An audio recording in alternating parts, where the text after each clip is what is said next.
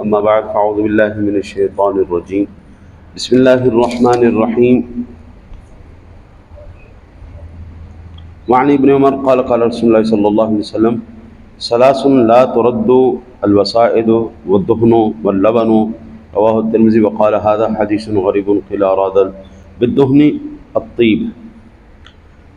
حضرت ابن عمر رضی اللہ تعالی عنہ سے روایت ہے، فرماتے ہیں کہ رسول اکرم صلی اللہ علیہ وسلم نے تین چیزوں کو واپس کرنے سے منع فرمایا۔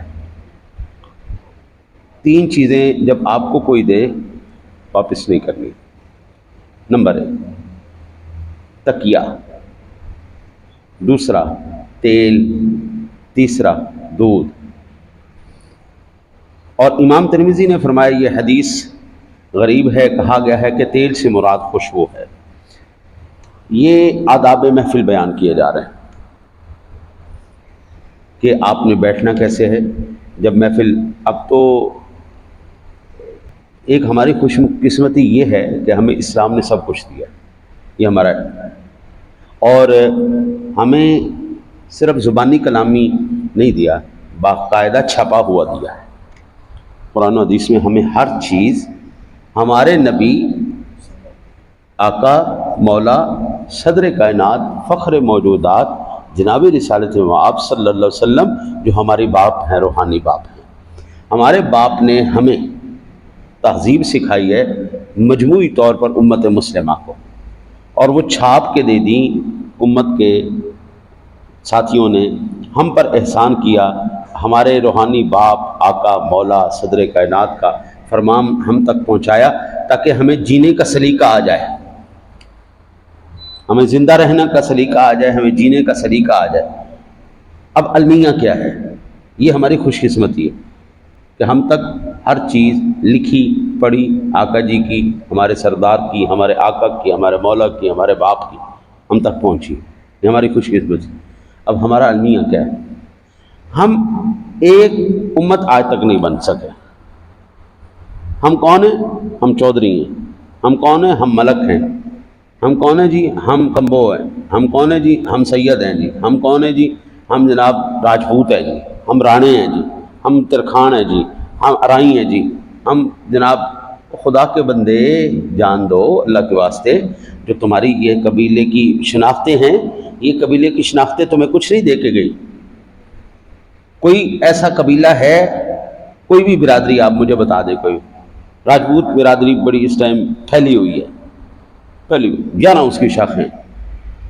اچھا، ان 11 شاخوں میں سے آپ ایک شاخ بتا دیں، کوئی ایک برادری بتا دیں کہ یہ جناب ہماری برادری ہے، اور اس برادری کے اندر ہمارا جو پرکھا تھا، جو ہمارا بڑا تھا، اس نے ہمیں رہنا سہنا اٹھنا بیٹھنا کھانا پینا چلنا بولنا یہ سکھایا تھا، نہیں ہے؟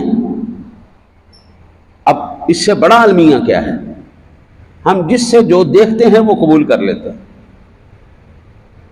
ہم جس سے دیکھتے ہیں، جو دیکھ لیا، مثلا ہندوستان کے اندر ڈراموں میں فلموں میں مائیوں ہوتی ہے، ہمارے ہاں مائیوں ہوتی ہے، تیل مہندی ہوتی ہے، ہمارے ہاں تیل مہندی ہوتی ہے، ادھر ناچ گانے ہوتے ہیں، ہمارے یہاں وہ جو گانے گاتے ہیں وہی گانے جو ہماری ثقافت تھی، ہمارا کلچر تھا۔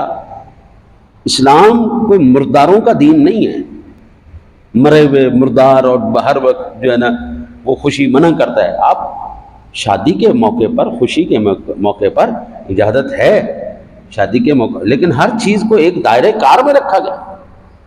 جو ہمارا روایتی طریقہ کار تھا وہ نیچے بیٹھ کر تکیے لگا کے یعنی بیٹھنا، پھر آداب کے مطابق آ کے ہاتھ دھلوانے، پھر کھانا پیش کیا جانا، اور اس سے پہلے خوشبو، ہمارے پنجاب میں لسی چلتی ہے، ہاں جی، لسی پہلے پیش کرنا، ہاں جی، خوشبو پیش کرنا، تکیہ پیش کرنا، یہ ساری ایک تہذیب تھی جو سرور دو عالم صلی اللہ علیہ وسلم کی ذات گرامی نے ہمیں عطا فرمائی۔ آپ مجھے بتائیے گا اگر کہیں پر کسی برادری کے بڑے پرکھے نے نہ لکھا ہو کہ بھئی میرے گھر کے اندر جب کوئی فنکشن ہوگا تو ایسا ہونا چاہیے۔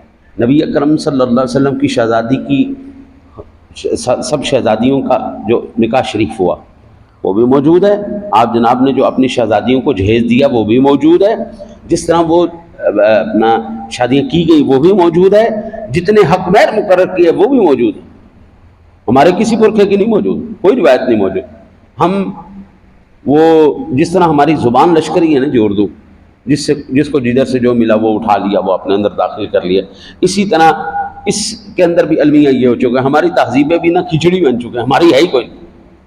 تو پھر باعزت باوقار رہنے کے لیے ایک ہی حل بچتا ہے، وہ ہے تیرے میرے سونے جناب رسالت مآب صدر کائنات فخر موجودات جناب رسالت مآب صلی اللہ علیہ وسلم کا طریقہ کار، اس پر عمل کریں، اللہ کی قسم دنیا میں سب سے اونچا۔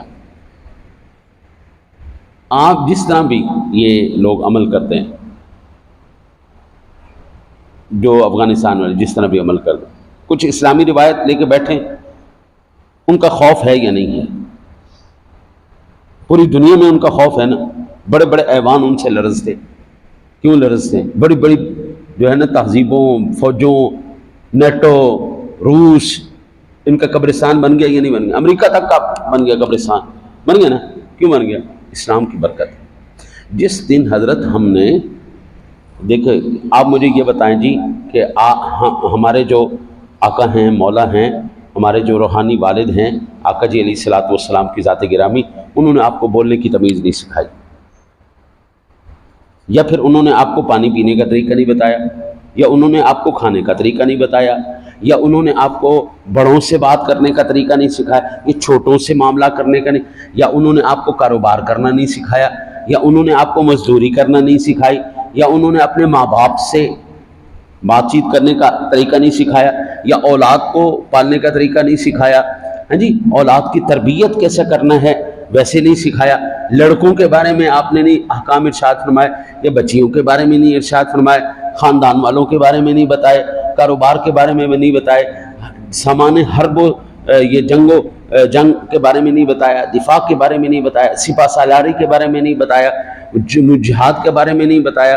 کوئی آپ مجھے ایک پہلو بتائیں جی، یہ وہ پہلو ہے جس میں ہمارے نبی جناب رسالت مآب صلی اللہ علیہ وسلم نے ہمیں کچھ نہیں بتایا، کوئی آپ ایک پہلو بتا دیں۔ موچی ہے نا جی، موچی بھی بیٹھا ہوا ہے نا، آقا جی علیہ الصلوۃ والسلام کی ذات گرامی نے اپنے نالین شریف کو خود لگا کے ٹانکا، آپ جناب نے اس کے لیے بھی سنت بنا دیا۔ یہ جتنے بھی دودھی بیٹھے ہوئے، دودھ بیچے ہوئے، آقا جی علیہ الصلوۃ والسلام نے خود دودھ دوہ کر ان کے لیے بھی اس کو سنت بنا دیا۔ یہ جتنے بھی مزدور کام کر رہے ہیں، آقا جی نے خیبر کے مقام پر پتھروں کو اٹھا کر جناب رسالت مآب صلی اللہ علیہ وسلم کی ذات گرامی نے ان مزدوروں کے لیے بھی جو ہے سنت بنا دی۔ آقا جی علیہ الصلوۃ والسلام اس کو جوڑتے جا رہے تھے ترتیب کے ساتھ خندق کے لیے، ہاں جی، تو مستریوں کے لیے بھی آقا جی نے سنت بنا دی، مزدوروں کے لیے بھی سنت ہے، مستریوں، پھر حضور خود سپہ سالاری فرما رہے تھے، جتنے بھی سپہ سالار جرنیل ہیں ان سب کے لیے حضور خود باقاعدہ ایک فوجی بن کے بھی آپ جنگ لڑتے رہے آقا جی، اور حضور تاجر بن کے شام تک گئے، ہاں جی، تجارت بھی حضور نے سکھائی، مال لے کے بھی گئے، مال لے کے بھی آئے۔ ہاں، کوئی آپ مجھے زندگی کا پہلو بتا دیں جی، سونے تک کے آداب، سونے تک کی دعائیں، باتھ روم میں جانے کے آداب، باتھ روم میں جانے کی دعائیں، یہ بھی سرور دو عالم صلی اللہ علیہ وسلم کی ذات گرامی میں سے۔ جب ہمارے پاس قبلہ ہر چیز موجود ہے تو ہمیں کسی سے لینے کی کیا ضرورت ہے؟ ہم تہذیب کے دیوانے ہو گئے، مغربی تہذیب کے۔ اور دیکھو ان کی تہذیب کو دیکھو، کتنی غلاظت بھری تہذیب ہے، جہاں پر نہ ماں کی عزت ہے، نہ بہن کی عزت ہے، نہ بیٹی کی عزت ہے۔ کس کی عزت ہے؟ کس عزت کی؟ ہم جو لوگ ہیں مسلمان، میں کسی برادری کی نہیں بات کرتا، میں کلیاتاً مسلمان کی بات کرتا ہوں۔ مسلمان کی بیٹی ہو، اس کے سامنے، اس کے باپ کے سامنے وہ غیر محرم آ کے اس کے ساتھ بیٹھ جائے، ابا جی تو چیر کے رکھ دیں گے۔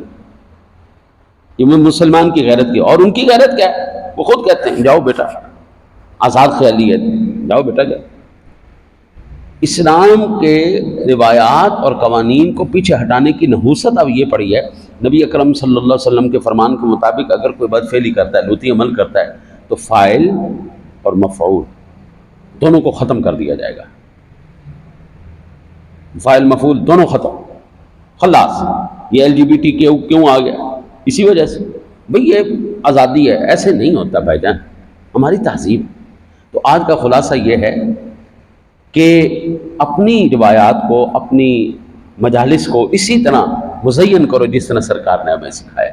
ایک بات. دوسری بات، جب آپ کو اللہ توفیق دے تو خوشبو پیش کرو.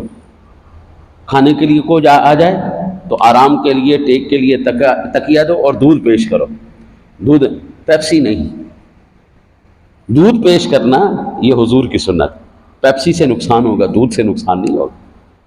جی اللہ سے دعا ہے اللہ تعالیٰ آپ کو مجھے عمل کی توفیق عطا فرمائے.